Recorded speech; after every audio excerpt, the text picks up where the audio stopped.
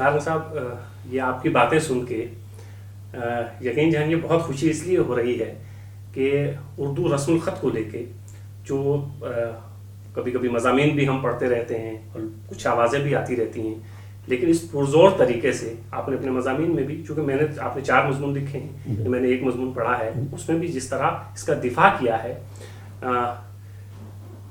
اسی طرح کا دفاع کسی بھی زبان کے انٹلیکچوئل سے ایک توقع کی جا سکتی ہے. ہم سب لوگوں کی توقع ہے. نارنگ صاحب، تھوڑا سا اس زبان سے ہٹ کے آپ سے کچھ ذاتی سوال میں کرنا چاہوں گا. نارنگ صاحب، شاعری کے بارے میں 1-2 لفظ کہوں. جی جی. ہماری زبان کا جو حسن ہے اور اس کی جو جمالیات ہے، مغلوں، یا اصل میں قصہ یہ ہے کہ مسلمان باہر سے آئے تھے 11ویں صدی سے لے کر اور مغلوں کے زمانے تک دونوں تہذیبوں میں، آنے والوں میں اور مقامی تہذیبوں میں اتنا جزر و مد ہوا ہے، اتنا متھا ہے تاریخ نے، کہ جب آپ نے وہ کہانی تو سنی ہوگی پرانوں کی، جب متھا گیا تھا سمندر کو، بلویا گیا تھا راکشوں نے اور اسوروں نے مل کر، تو آخر میں آب حیات کا کلش برآمد ہوا تھا، گھڑا. تو اردو یہ وہ آب حیات ہے ہماری زبانوں کا، اور مغل ذہن اور وجدان انتہائی جمالیاتی طور پر کلٹیویٹڈ اور بالیدہ تھا.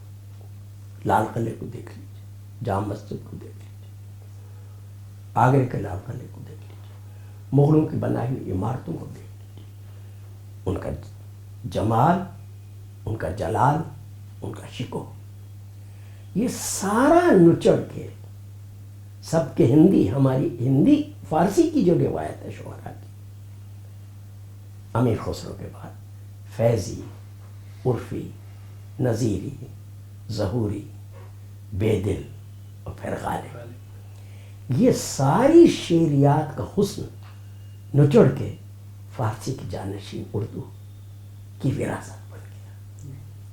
آج کوئی اس کو مٹانا بھی چاہے تو مٹا نہیں سکتا. آپ انگوٹھا لگواتے نا، یا ڈی این اے، اب تو بلدیت بھی دریافت ہو سکتی ہے، یہ ہمارے ڈی این اے کا حصہ ہے.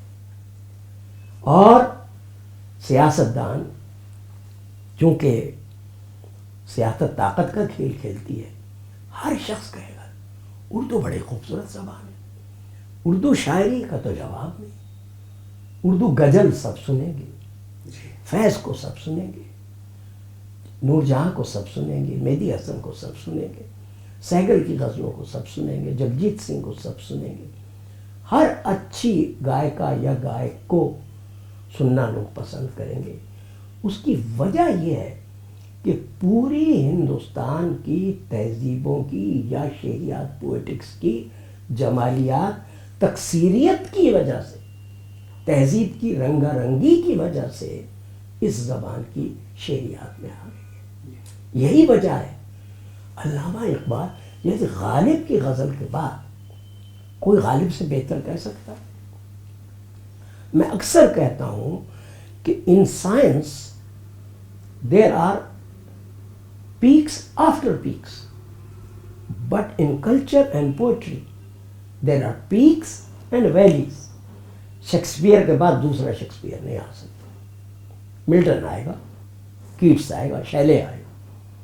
غالب کے بعد، غالب کے ساتھ انیس ہو سکتا ہے، انیس کے بعد اقبال ہو سکتا ہے، اقبال کے بعد نظم کے امکانات اور غزل کے تقریباً ختم ہوتے نظر آتے. He is exhausted the poetics of the نظم، جدید نظم. لیکن راشد انحراف کرتا میرا جان مجید امجد، اور اسی غزل میں فیض احمد فیض ہے، نظم میں، اور دیکھتے ہی دیکھتے فیض جو کسی مقابلہ نہیں، جیسے میں نے کہا غالب کے بعد دوسرا غالب نہیں آ سکتا، شیکسپیئر کے بعد دوسرا شیکسپیئر نہیں آ سکتا، علامہ اقبال کے بعد دوسرا علامہ اقبال نہیں آ سکتا، لیکن فیض تو آ سکتا ہے. اور اپنی زندگی میں دیکھتے ہی دیکھتے وہ شخص اپنے مختصر کارپس کے باوجود لیجنڈ بن جاتا ہے، پوری دنیا میں اس کی آواز پھیل جاتی ہے۔ ناصر کاظمی ایک معمولی شاعر جو ادھر سے چلتا ہے، سرحد پار کرتا ہے، ہجرت کرتا ہے، اس کی آواز پورے ہندوستان کی نوجوان نسل کو متاثر کرتی ہے۔ اور پوری ناصر کاظمی کی غزل ہے کہ دھیان کی سیڑھیوں پہ پچھلے پیر کوئی چپکے سے پاؤں دھرتا ہے، یہ خیال و یہ شب یہ خیال و خواب تیرے۔ مصرع دیکھیے گا، یہ ہے اردو۔ کیا پھول کھلے ہیں منہ اندھیرے، یہ غزل کے لفظ ہیں، منہ اندھیرے یا پھول کھلے یا دھیان۔ دھیان تو بدھ مت کا لفظ ہے، یوگ کا لفظ ہے۔ یعنی اردو کا شاعر، اس کی تخلیقیت لفظوں کو ایک نئی معنویت دے دیتی، نئی تازگی دے دیتی۔ یہ سب ہماری جمالیاتی اور شعریاتی طاقت ہے جس کا جادو سر چڑھ کر ان لوگوں پر بھی بولتا ہے جو سچ برداشت نہیں کر سکتے۔ سب کہیں گے اردو بڑی پرکشش زبان ہے، بڑی خوبصورت زبان ہے، واہ واہ کیا کہتے ہیں، کیا کہتے ہیں، بڑی حسین زبان ہے، لیکن بھائی اس کا حق کیوں نہیں دیتے؟ سے لسانی فارمولے میں کم سے کم اسکولوں کے نظام میں تو اس کو برقرار رہنے دو۔ تو یہ اردو کی شعریاتی روایت کی جمالیاتی کیفیت۔ اور اب آپ فرمائیں، ناصر صاحب اردو شاعری پہ بات ہو رہی ہے، خادم ہوں اور میں نے اتنی جگر سوزی کی ہے، اتنی مغز ماری کی ہے کہ میں تو ایک بہتا ہوا دریا ہوں، جی بالکل، جدھر چاہے مڑ جاؤں۔ تو آپ کے اپنے ضروری سوال ہوں گے کچھ، آپ وہ پوچھ لیجیے تاکہ میں بات کو ختم کروں۔ اسی کو آگے بڑھاتے ہیں کہ اردو شاعری، غالب کے بعد کوئی دوسرا غالب نہیں ہے، اقبال کے بعد کوئی اقبال نہیں ہے، فیض کے بعد کوئی فیض پیدا نہیں ہو سکتا۔ جدید رجحان یا تحریک تک، اس میں ہم ساقی فاروقی، احمد مشتاق، ظفر اقبال، شہریار، محمد الوی، منیر نیازی، یہ سب نام ہمارے سامنے ہیں، ماشاءاللہ ماشاءاللہ، جو ہمارے آپ کا مطالعہ جو ہمارے بہت اہم شاعر ہیں۔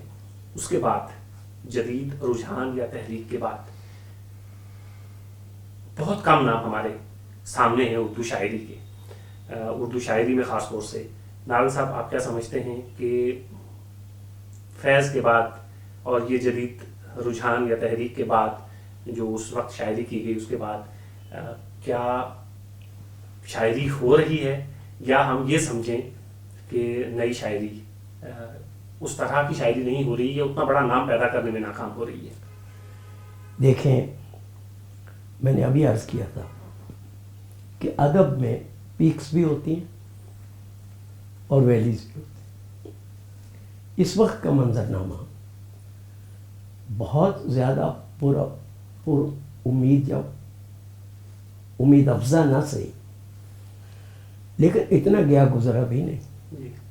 اردو بہت پھیلی ہوئی زبان ہے، کچھ نہیں معلوم تھا کہ کوئی ناصر کاظمی ابھرے گا، کچھ نہیں معلوم تھا کہ ہوشیارپور سے چلنے والا ایک تقریباً ان پڑھ شخص اردو میں منیر نیازی کی آواز بن جائے گا، جس کی ایک اپنا اسرار ہے، ایک اپنی کیفیت ہے، جادوئی کیفیت ہے، بالکل جیسے میجک ٹچ ہے۔ تو یہ مستقبل کے بارے میں نے تو کہا کل کبھی آئے گا ہی نہیں، آتا ہی نہیں کل۔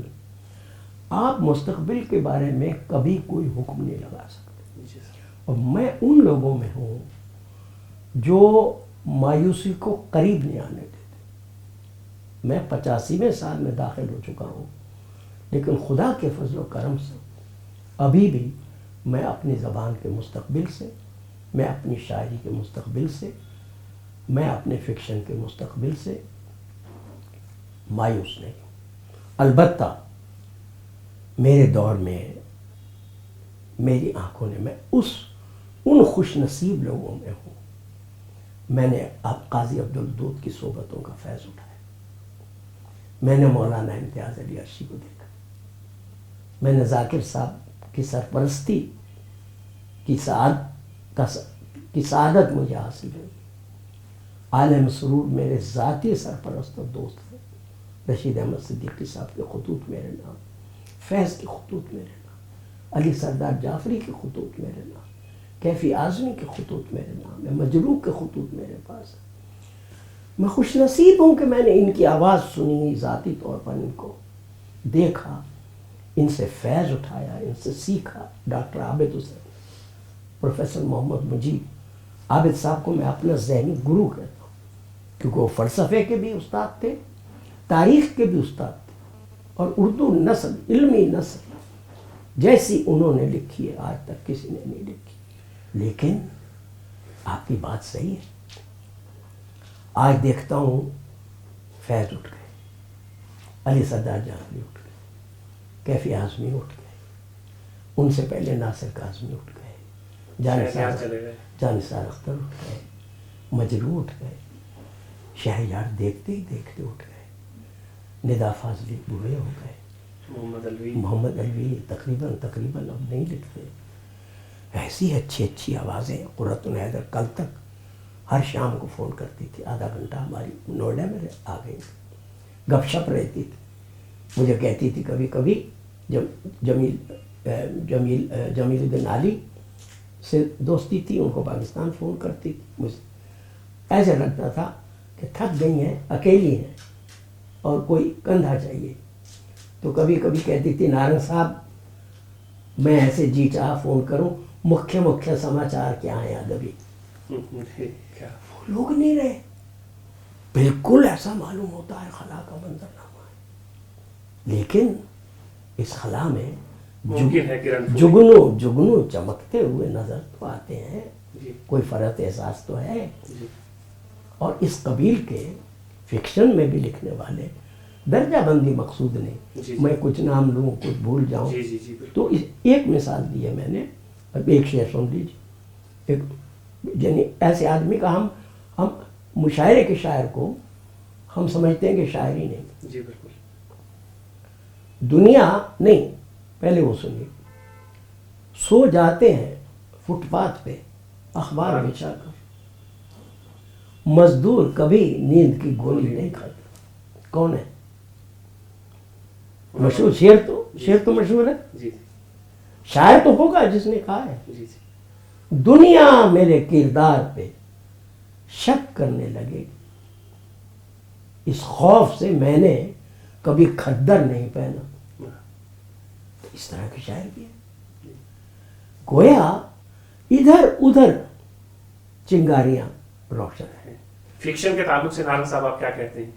فکشن بھی قرۃ العین حیدر کے بعد کا جو زمانہ ہے, دیکھیں قرۃ العین حیدر اور انتظار حسین. جی نہیں, اس دور میں سر نارنگ صاحب جیسے بلراج مہندرا, سریندر پرکاش, یہ لوگ بھی لکھ رہے ہیں, لیکن اس کے بعد کا جو زمانہ ہے اس میں برادرم وہ زمانہ ایک بغاوت کا تھا, ایک آگ کا تھا. ترقی پسندی کا جوہر ہم کو آج بھی اس کی ضرورت ہے. اس نے اردو کے دامن کو کہاں وسیع کر دیا, سماج سے جوڑ دیا, سماجی مسائل سے جوڑ دیا, تحریک آزادی سے جوڑ دیا, اور کیسے کیسے ذہن پیدا کی. اس کے بعد جو سیاست تھی اور پراپیگنڈا, ادب جس طرح لکھا, حکم ملنے لگا ایک وہاں سے خرابی شروع ہوئی پولیٹیکل پارٹی سے, اور لوگ کارڈ ہولڈر ایک لابی بنانے لگے. وہی کارڈ ہولڈر پھر اپرچونسٹ بن گئے. جیسے قرۃ حیدر کے ناول کا تو موضوع یہی ہے, آخر شب کے ہم سفر کا, کہ بڑے بڑے ترقی پسند کس طرح سے یعنی ابن الوقت ثابت ہوا. تو یہ ہوتا ہے. تو اس کرائسس سے جب اردو گزری تو جدیدیت کے نام سے ایک بغاوت شروع ہوئی. افسوس ہے وہ بغاوت ہائی جیک کی گئی, اور ہائی جیک ہونے کے بعد وہ رعایت لفظی, تناسب لفظی اور ایہام اور نظام معنی آفرینی تو بہت بڑی دولت ہے. غالب کہتے ہیں شاعری قافیہ پیمائی نہیں, معنی آفرینی. جدیدیت قافیہ پیمائی میں گر گئی. عروض آنگ بیان ہو رہا ہے, صرف فارم پر توجہ کی جا رہی. جو اندر کی آگ تھی, جو غالب نے کہا تھا کہ پہلے دل گداختہ پیدا کرے کوئی, دل کے اندر گداز ہونا چاہیے تب تخلیقیت آتی. اس تخلیقیت کو, اس آزادی کو ہم نے برباد کر دیا. لیکن نارنگ صاحب وہ جو بغاوت ترقی پسند تحریک کے بعد اٹھی جی اور آپ نے ترقی پسند تحریک کا بھی زمانہ دیکھا ہے، جی جی ان کے اہم لوگوں سے آپ کی ملاقاتیں بھی رہی ہیں، بالکل. پھر اور جدیدیت کو کے میں نے بانیان، ہاں آپ بانیان میں سے ایک طرح سے سمجھے جاتے بالکل. رہے ہیں لیکن جدیدیت جب وہ کے. جدیدیت اپنی راہ سے بھٹکنے لگی تو میں نے اور باقر مہدی نے اور وارث علوی نے اس کے خلاف آواز بھی اٹھائی اور اعلیٰ میں سرور سے کہا کہ آپ بھی آنکھیں کھولیے جی اور دیکھیے کیا ہو رہا. وہ سوغات، پورا سوغات اس کے لیے آواز اٹھا رہا تھا. جی. آہستہ آہستہ پورا ہندوستان، پورا پاکستان لیکن ذہنی افق بدل گیا. جی لیکن نارنگ صاحب ہم دیکھتے ہیں کہ جدیدیت کے زمانے میں جدیدیت کو ہمارے پاس لکھنے والے بہت اہم موجود ہیں. موجود تھے، لیکن بعد میں وہ ڈیریل ہوئی جی اور ڈیریل ہوئی اور ماضی کی مردہ لاش کو سینے سے لگا کے آج وہ جدیدیت ایک غار میں اتر چکی. جی اس نے نقصان پہنچایا، جی نقصان پہنچا. آپ جو کہہ رہے ہیں آج کا جو منظر نامہ ہے، اگر اس میں کہیں آپ کو اداسی یا دھندل کا یا جولیدگی یا ذہنی پریشانی یا ایک طرح کی بھٹکنے کی کیفیت، کنفیوژن، اس کی بڑی وجہ جدیدیت کا بھٹکنا، ہائی جیک ہو جانا ہے. ہائی جیک ہو. لیکن نارنگ صاحب اور ذات سب سے بڑا جو ادبی جرم ہم لوگوں نے کیا، ہدایت نامے جاری کرنے. ارے ادب پہلا کام تنقید کا دروازے کھولنا اور آزادی کا تحفظ کرنا. اگر آپ شاعر ہیں آپ کو پوری آزادی ہے جس طرح سے آپ جی چاہیں. نارنگ صاحب یہ ترقی پسند تحریک میں تو ہم دیکھتے ہیں، کیا جدیدیت میں بھی ایسا ہوا کہ فرمان جاری ہونے لگے، فتوے؟ بالکل بالکل جی بالکل. ہدایت نامے، حکم نامے، جی ایک خاص طرح کا تکبر، ایک خاص طرح کی رعونت اور فتوے جاری ہونے لگے. اس سے ہمیشہ تحریکوں کو نقصان. میں کہا کرتا ہوں تحریکیں ہمیشہ اپنے خنجر سے خودکشی کرتی. جی یہی وجہ ہے کہ جب میں اصرار کرتا ہوں تو اس چیز پہ اصرار کرتا ہوں کہ یعنی سب سے اچھا نظریہ وہ ہے جو اپنا بت نہیں بناتا، اپنا کوئی نظریہ نہیں بناتا. جی لیکن مہاتما بدھ نے کہا تھا جی میری تعلیمات پر عمل مت کرو، میرے پیچھے مت آؤ، جس چیز کو پانا چاہتے ہو اس کو اپنے اندر میں پاؤ. یہی تخلیق کہتی ہے.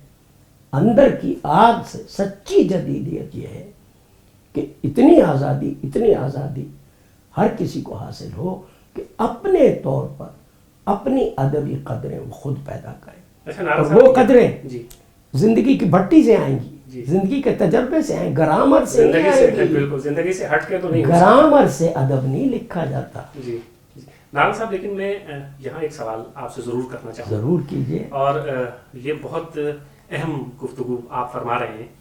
میں صرف اتنا نہیں نارنگ صاحب، میں اتنا آج آپ بہت دنوں کے بعد، میری 6 مہینے کی محنت کے بعد آپ ہاتھ آئے ہیں. میں چاہتا ہوں کہ سب باتیں ہو جائیں. اہم نکات کو چھو بھی نہیں پا رہا ہوں. نہیں نارنگ صاحب میں ایک نام لینا چاہوں گا آپ کے سامنے. کیمرے کے سامنے وقت بہت محدود ہوتا ہے. جی میں ایک نام لینا چاہوں گا، شمس الرحمن فاروقی کا. جی فاروقی صاحب سے میں نے انٹرویو کیا، ان سے میری بات ہوئی، اور ایک کتاب ہے جدیدیت کل اور آج، اس طرح کی فاروقی صاحب کی کتاب ہے، اس میں ایک مضمون جدیدیت پہ ہے. ان کا کہنا یہ ہے جو میں نے پڑھا کہ ہم یہ چاہتے ہیں کہ تخلیق کار کو آزادی دی جائے، وہ جو چاہے لکھے. انہوں نے اس میں ایک ذکر کیا ہے کہ ایران کے ایک صاحب نے مجھ سے کہا کہ میں یہ لکھنا چاہتا ہوں اور آپ تو منع کرتے ہیں، لیکن میں نے اس سے کہا کہ اگر تم لکھنا چاہتے ہو تو لکھو، لیکن میں یہ نہیں چاہتا کہ کوئی حکم نامہ یا فتویٰ یا یہ چیزیں میری طرف سے، جس طرح ترقی پسند تحریک نے کیا کہ ایک خاص طرح کا مینیفیسٹو، ایک خاص طرح کا حکم نامہ، اس طرح کی شاعری ہو، ہم تو اس سے انحراف کیا ہے ہم لوگوں نے. یہ جدیدیت ہے ایک طرح کی، اور بہت ساری چیزیں ایک طرح کی یہ بھی ہے. لیکن نارنگ صاحب چونکہ آپ جدیدیت سے جڑے رہے ہیں، جدیدیت کو استحکام بخشنے میں ایک گوپی چند نارنگ کا ہاتھ ہے. آج آپ کیا سمجھتے ہیں کہ جو شمس الرحمن فاروقی یہ کہہ رہے ہیں کہ ہم نے تخلیق کار کو آزادی دی، اور آپ فرما رہے ہیں کہ کچھ لوگوں کے فتوے یا اس طرح کی چیزیں آنے لگی جدیدیت میں، تو جدیدیت کے آپ کے ساتھی تو یہ کہتے ہیں کہ ہم نے ایسا نہیں کیا. کیا یہ ان کے نہ کہنے سے کیا ہوتا ہے؟ جی حقیقت بس ہم اپنے علم کے میں اضافے کے لیے آپ سے پوچھ رہے ہیں. علم اضافہ مجھ سے مت پوچھیے، جی خود دیکھیے، جی خود سوچیے. اور آپ کے سوال کا اور اس کی تمام جہات کا میں احاطہ کروں جی تو بہت سی باتیں ذاتی ہیں. میں ذاتی گفتگو نہیں کیا کرتا. جی جی بالکل. شمس الرحمان خود میرے دوست رہے. جی جی بالکل. ان کے علم و فضل کی میں قدر کرتا ہوں، اور ذاتی ملاقات میں کئی بار میں نے عرض کیا آپ کی شعریات سے میں ناسخ کو تو پڑھ سکتا ہوں، لیکن آپ کی شعریات سے میں بلراج کومل کو نہیں پڑھ سکتا. آپ کی شعریات سے میں فیض احمد فیض کو نہیں پڑھ سکتا. آپ درجے متعین کرتے کہ فیض 5ویں درجے کا شاعر ہے. مجھے آپ کو علم و فضل سے کوئی انکار نہیں، لیکن محض گرامر پر زور دینا یا فارمولے لکھنا کہ بھائی اتنا مسالہ ڈالو، اتنی ہینگ ڈالو، اتنی پھٹکری ڈالو اور یہ چیز تیار ہو جائے گی. ادب میں یہ ایسا ہوتا ہی نہیں. ہوتا ہے. جی تو اختلاف کی گنجائش ہی کہاں ہے اس میں؟ جی جی اس میں جو بات کہی جا رہی ہے، فرض کیجئے اس زمانے میں سن 1976 کی بات ہے جب میری وہ کتاب چھپی ہوئی ہے اردو افسانہ روایت اور مسائل. روایت اور مسائل، اس میں فاروقی صاحب سے میں نے مضمون لکھا کہانی پن پر. اور یہ تو کہتے تھے اب افسانے کی حمایت میں پڑھ لیجیے. بہت سی باتیں ہیں. جی وہ یہ تو کہتے تھے کردار نگاری افسانہ نہیں بنا. اچھا یہ بتائی، اور کہتے تھے کہ یہ سماجی قدر جو ہوتی ہے وہ ادبی قدر نہیں.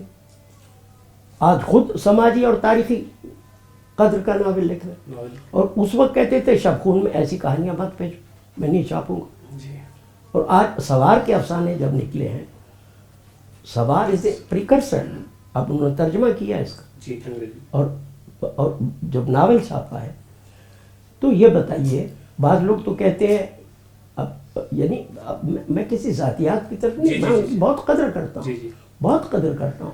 اور وہ مجھے گلے لگا کے کہتے ہیں، جو ہماری ان کی آخری ملاقات ہوئی بیگم صاحبہ گزر جانے، نارنگ صاحب پوزیشنز 2 ہو سکتی ہیں، ایک آپ کی اور میری.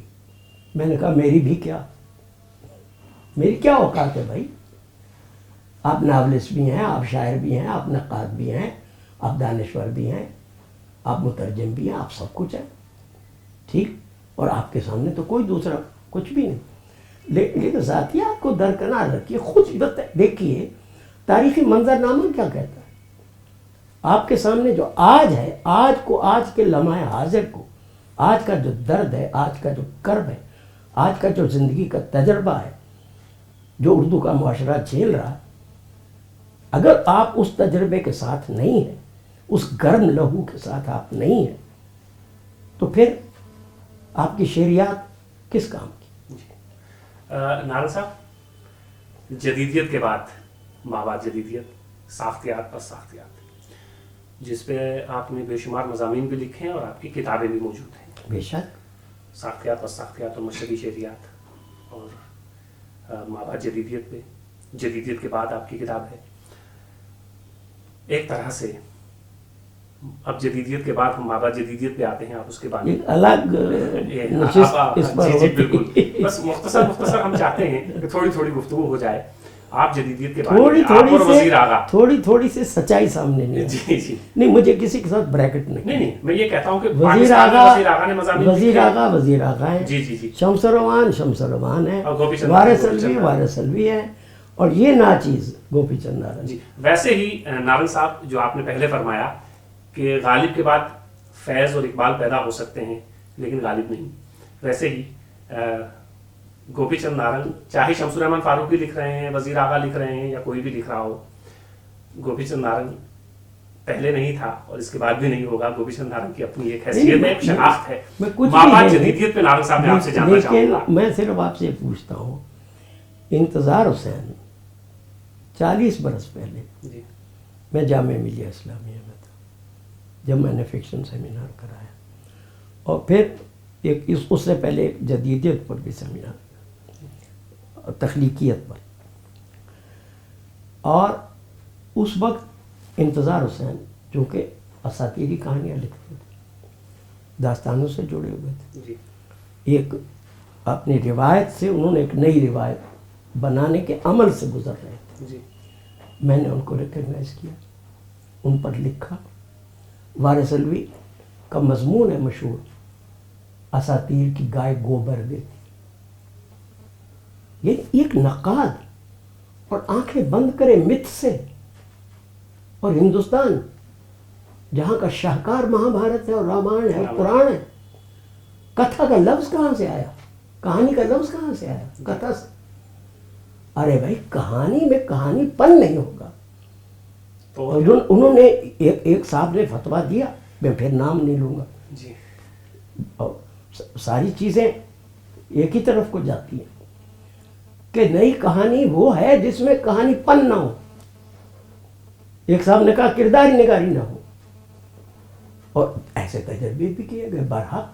جی لیکن بھائی جس طرح غزل کی ایک پہچان ہے، جس طرح نظم کی ایک پہچان ہوتی ہے، اسی طرح افسانے کی کہانی کی بھی ایک پہچان ہے. اور کہانی کی ایک شکل نہیں، کہانی کی 20 شکلیں. جی بالکل. دیکھیں پنچ تنتر 3 جملوں میں بھی کہانی بیان کی جا سکتی ہے. 3 دوست سفر پہ نکلے، ان کو زندگی کی تلاش تھی. راستے میں سونے کا ایک ڈھیر ملا اور اس پر تینوں میں انبن ہو گئی اور تینوں نے ایک دوسرے کو کاٹ مارا. That's the end of the story. کتنا بڑا سبق اس سے ملتا جی زندگی کے بارے میں، اور انسان کے اندر، اس کی فطرت کے اندر جو ایک طمع کی کیفیت ہے. اور 100 صفحے کی بھی ہو سکتی ہے، 50 صفحے کی بھی، 10 صفحے کی. جی بالکل. کیوں رشدی جیسے بدنام زمانہ شخص نے یہ لکھا کہ Manto is the best story writer of South Asia. تو جن لوگوں نے اس طرح کی تعریفیں کی، جب مابعد جدیدیت یا پرساختیات یا ڈیکنسٹرکشن کو سمجھنا، جہاں تک میرا معاملہ ہے، میری ذاتی ذہنی جستجو کا عمل تھا، چاہے وہ اسلوبیات رہی ہو، چاہے وہ کوئی فیز ہو ادب کی. ہمیشہ ادب میں، اور ادب چونکہ بہتا ہوا دریا ہے، جتنے نئے تجربے ہو رہے ہیں، فینامینالوجی، اسٹرکچرلزم کیا ہے، جو کہ میں لنگوسٹکس میں میری ٹریننگ ہے. جی بالکل. بے شک جتنا میں سمجھ سکتا تھا، لیکن میں نے بھی اس کتاب میں لکھا، مجھ سے بھی کوتاہیاں ہو سکتی ہیں. میں صرف سمجھنے کی کوشش کر رہا ہوں، اور اس کتاب کے ذریعے میں صرف افہام و تفہیم کر رہا ہوں. جی اس کی اپلیکیشن، اگر اس کی بصیرتوں کا کوئی فیضان مجھ تک پہنچا ہے اور اس کا پرتو اگر میری تحریر میں نظر آتا ہے، تو وہ میری غالب علی کتاب میں